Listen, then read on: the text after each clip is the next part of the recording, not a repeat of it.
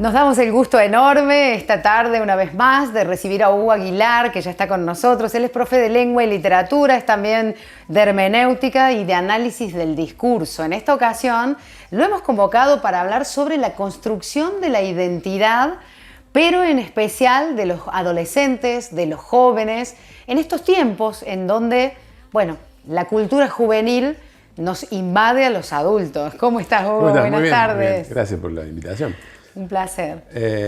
Es un tema muy interesante, digamos, ¿no? Porque la construcción de la identidad está atravesada por diversas cosas, ¿no? Sobre todo en esa etapa, ¿no? El tema es que la identidad nunca es, como se creyó hasta no hace mucho tiempo, definitiva, digamos. Las identidades son líquidas, en realidad. Son procesos que llevan tiempo y llevan una serie de rituales, de alguna forma aceptación o no de ciertas reglas, pero hay como dos enormes bloques de identidad, ¿no? O dos procesos mediante los cuales la identidad se construye, me parece a mí. Una es la identidad que uno asume, pero que es otorgada por las reglas de la sociedad, ¿no? Hay una asignación. Los mandatos. Hay una asignación de la sociedad, porque la sociedad también tiene como, digamos, como entidad comunitaria una identidad. Claro. Explícita o implícita, la identidad de la sociedad está caracterizada por una serie de rituales, de lenguajes, de lugares en común, de tradiciones y demás, que son coercitivas. Entonces, las instituciones de la sociedad, la familia y demás, son coercitivas. En ese sentido, propenden a una cierta identidad. Entonces hay una proyección de una identidad que es axiologizada, digamos, de alguna forma juzgada como buena, como mala, como lo que fuera, digamos, pero hay una dirección, digamos, en esa identidad que es una identidad de asignación. Pero hay otra que es una identidad de reconocimiento o de autopercepción de la identidad. Y ahí se produce una especie de conflicto, digamos, ¿no? Porque muchas veces esa otra identidad se construye de cara a lo establecido. Claro, como antagónicamente. Absolutamente. Incluso, ¿no? Entonces, claro, porque la identidad como asunción y no como recepción de algo que está por fuera de uno, requiere una posición ante la sociedad que muchas veces define la configuración de micromundos, es decir, de zonas de la sociedad en donde... Sí, como microsociedades. Claro, donde nos agrupamos por rasgos identitarios. Claro. Algunos son rasgos que se producen a partir del crecimiento natural de la gente. Es decir, hemos hablado alguna vez acá de los nenes que en alguna etapa de su vida, digamos, expuestos a cartoon, hablan en ese lenguaje neutro, que dicen pastel en vez de torta, sí. boda en lugar de casamiento y ese tipo de cosas. Pero en todas las etapas de la vida hay un proceso de asunción y de rechazo de identidades. Y eso genera también en la sociedad un estado de conflicto, digamos. Porque cuando uno habla de identidad individual y identidad colectiva, claramente, digamos. Porque una identidad individual es la configuración de una subjetividad, ¿no? Soy quien soy a partir de algunas cosas de las que tomo conciencia y elijo. Alguna cosa sí, alguna cosa no. Pero siempre estoy en esa trama, que es una trama semiótica, una trama lingüística, digamos, porque la identidad es una función del lenguaje, digamos. Claro. Porque esa identidad que se me atribuye me viene a mí por una serie de rituales dentro de los cuales está el lenguaje. Y la que yo quiero asumir también es lingüística. Claro que sí. No es casual, digamos, que identidades que son, entre comillas, alternativas, necesitan una imposición, ¿no? Es decir, una puesta en escena de esa identidad performática, lo podemos decir, ¿no? Tenés que salir a decirlo y salir a actuar esa identidad. Entonces, es interesante que en estos tiempos, digamos, que son tan conflictivos, son conflictivos porque hay una disolución de las normas, en realidad. Una disolución de normas en donde se hace difícil configurar las identidades, porque es así, digamos. Es más fácil armar una identidad cuando la otra norma está clara. Claro, porque es mucho más fácil de diferenciarse. Por eso digo, qué difícil que la tienen los jóvenes, exacto, esta microsociedad, justamente, para ser distintos. O sea, qué complicado. Porque bueno, yo arranqué mencionando esto de la cultura joven. Claro, ¿no? Claro. La cultura joven está considerada así incluso, como una cultura propia de esta microsociedad. Y nosotros los adultos nos la hemos apropiado también. Sí, sin duda, sin duda.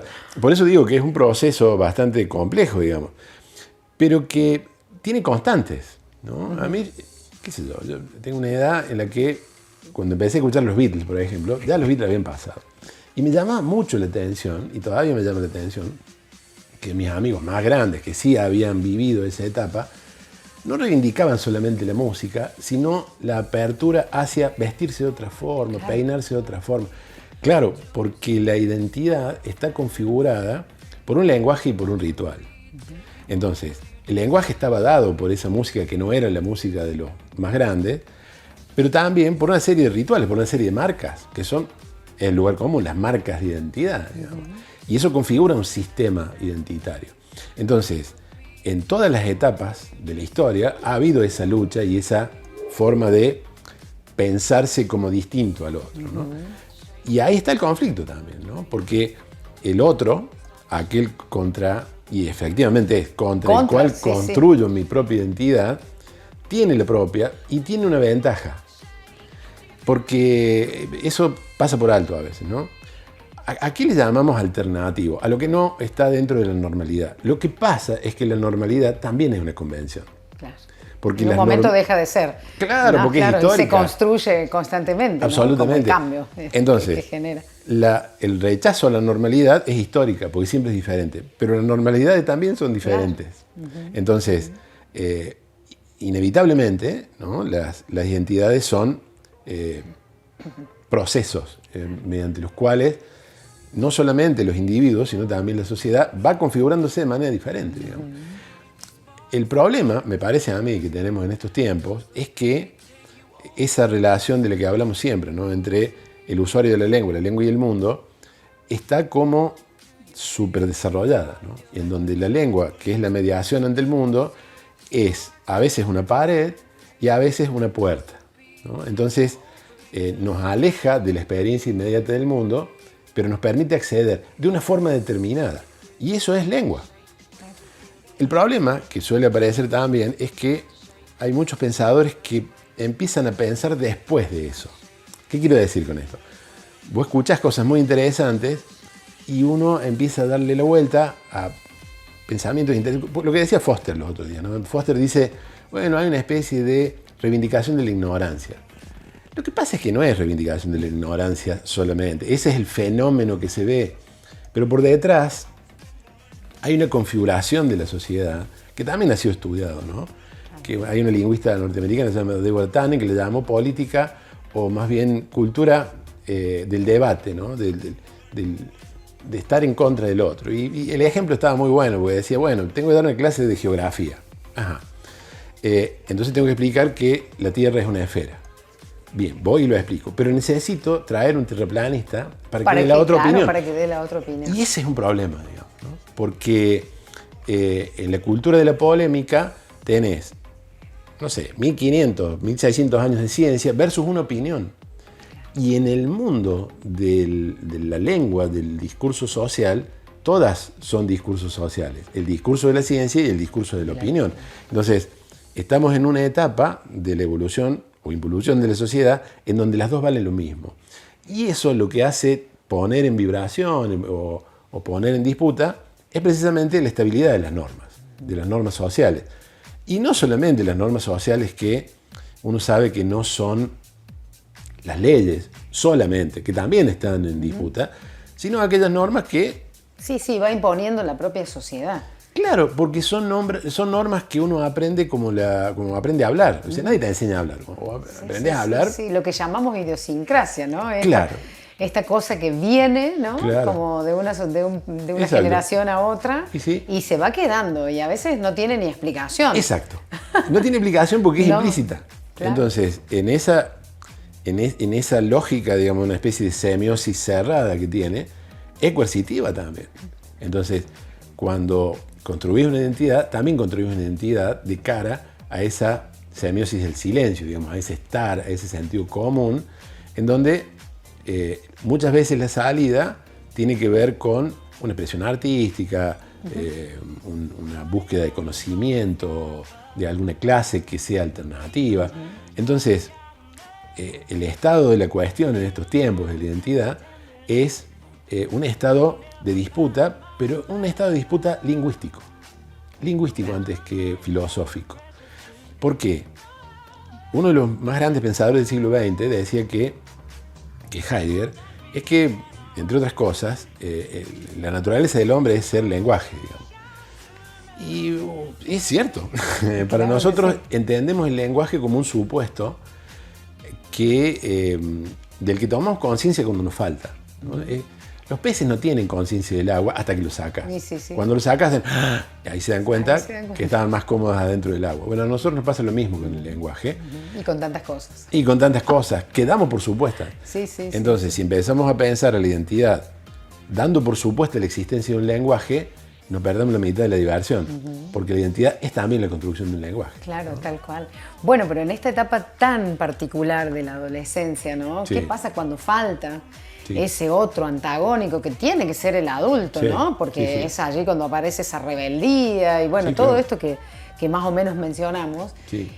Y digo que me parece que hay como una involución de los adultos Sí, hacia ¿no? esa búsqueda que, como vos bien decís, Sí. es constante, es Sí. una construcción, Sí. pero que se supone que en algún momento tiene que tener ciertos cánones, cierto Sí. tope, y no lo hay, es Claro, como es para atrás. es lo que dice Bauman, ¿no? Cuando habla de la sociedad líquida, digamos.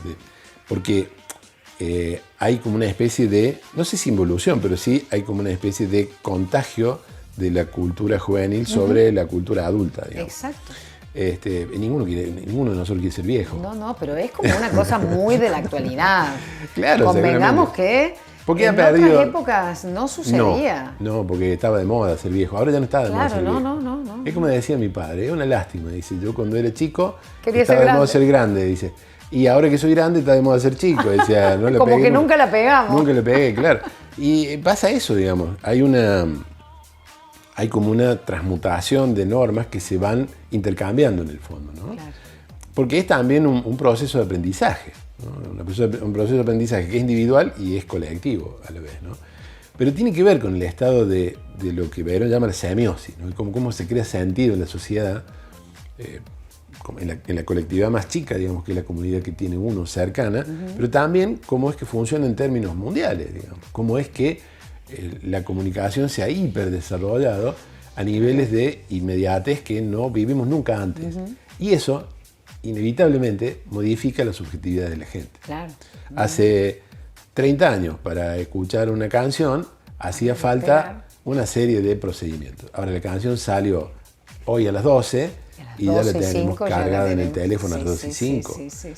Y eso cambia el ritual de escucha, la percepción, el modo de acceso a la obra, y eso también construye identidad. No es lo mismo, pensando en términos de música, digamos, escuchar en el teléfono, en un equipo de música, escuchar la música en vivo o lo que fuera. Y todos esos elementos constituyen marca de identidad, inevitablemente. Entonces, hay es interesante, digamos, porque hay un ir y venir en esa historia de la identidad, ¿no? Alguna vez hablábamos de los discos, ¿no? Sí. Como cosas, como objetos, ¿no? Que uno pensaba que habían desaparecido. Y ahora están volviendo los vinilos. Hermoso. Claro, porque hay una recuperación de la posesión de los objetos sobre la evanescencia de lo virtual, claro. De lo digital. O sea, la sensación es que ya no lo tengo. Tengo un acceso que no me pertenece. Claro. Es como tener un libro en la biblioteca. Y el temor también de qué pasa si no lo tengo. Porque, ¿Qué pasa si desaparece? Si te quedás, vamos a hablar de ese tema, porque Sí, bueno. me encanta, la verdad, poder ir trayendo varias cositas a este tema que planteamos hoy. Y uno es la tecnologización, justamente, Sí, todo claro. lo que ha implicado Sí. y que implica para la sociedad, Sí. ¿no? Esto de la era digital, cómo incluso en la construcción Sí. de la identidad, Sí, claro. nos ha movido fichas del tablero a todos y a todas. No hay problema. Vamos a continuar hablando de esto, que hay ¿Cómo mucho no? para ahondar todavía. Y vamos a caer en la cuenta de la famosa grieta, ¿no? Porque en definitiva ahí vamos a llegar porque es también lo que se está dando en este momento. Hacemos una pausa cortita, se quedan con nosotros. Ya venimos con Hugo Aguilar y este tema, la construcción de la identidad.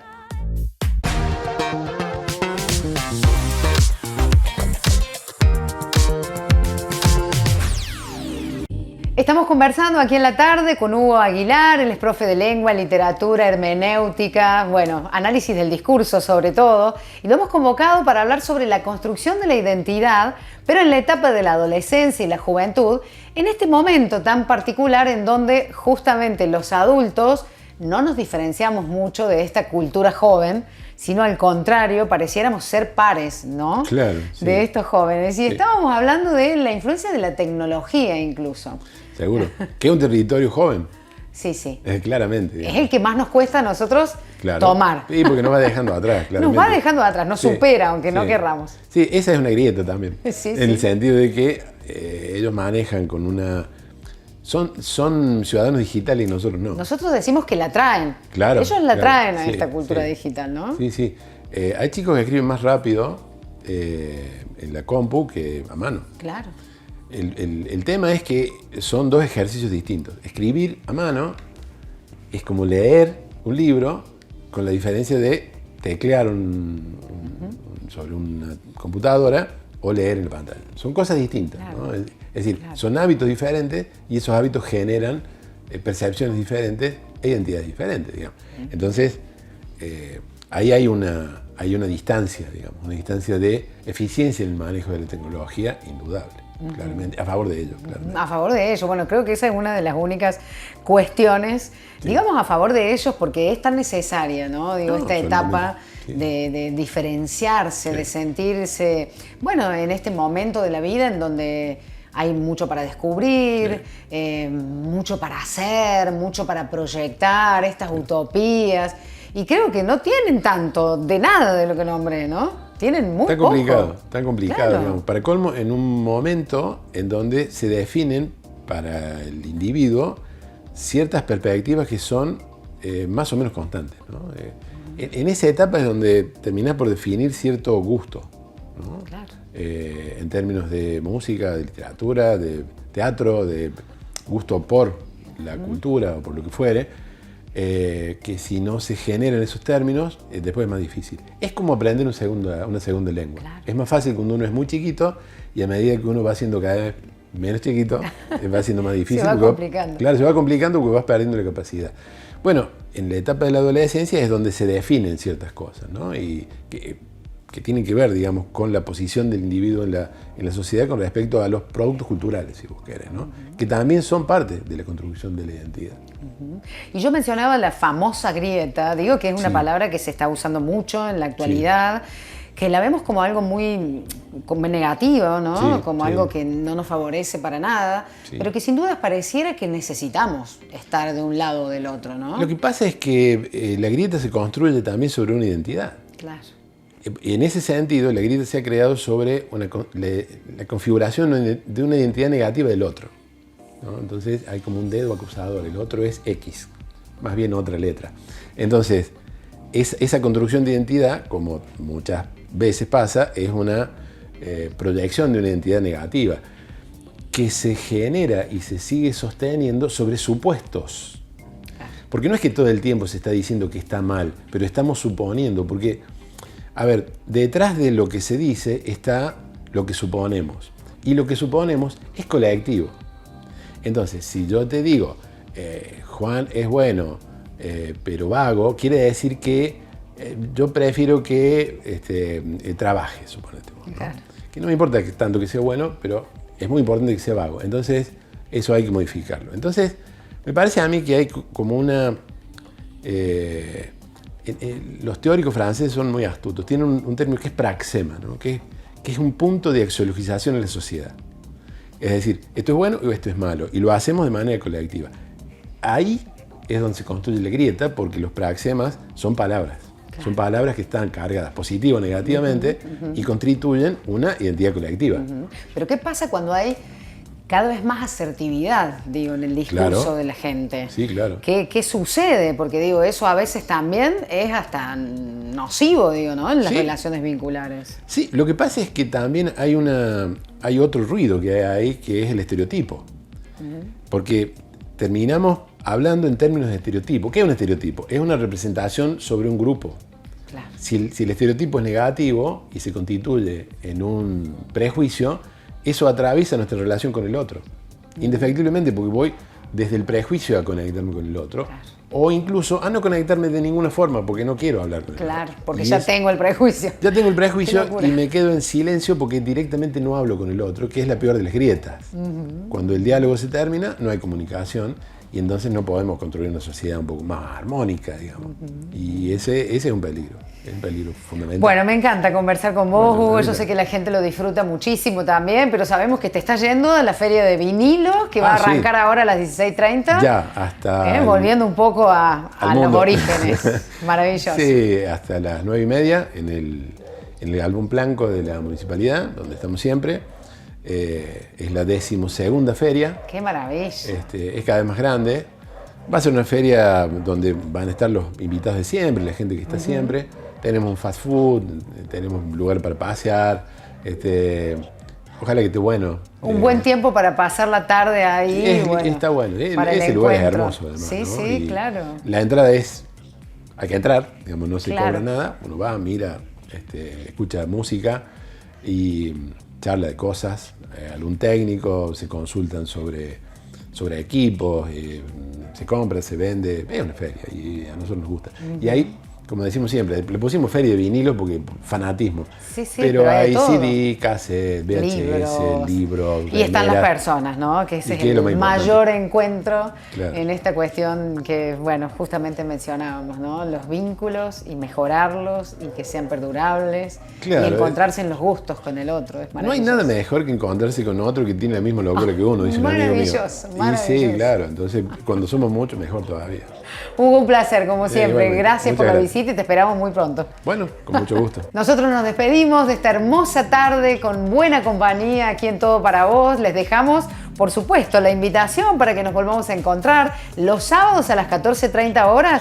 Ese es nuestro horario, pero ya saben que pueden seguirnos en redes y que además en nuestro canal de YouTube vuelven a ver todas las notas que hacemos acá y por supuesto las pueden replicar, compartir. A nosotros nos gusta mucho que se comuniquen para que nos pasen temas, para que nos digan aquí un poquito cómo tiene que ser la agenda para que, bueno, sea llevadero el programa, nos hagamos compañía, que es lo que nos gusta. Nos encontramos entonces el próximo sábado a las 14:30 con Todo para Vos. Por esta señal los voy a esperar. Buen fin de semana. Gracias.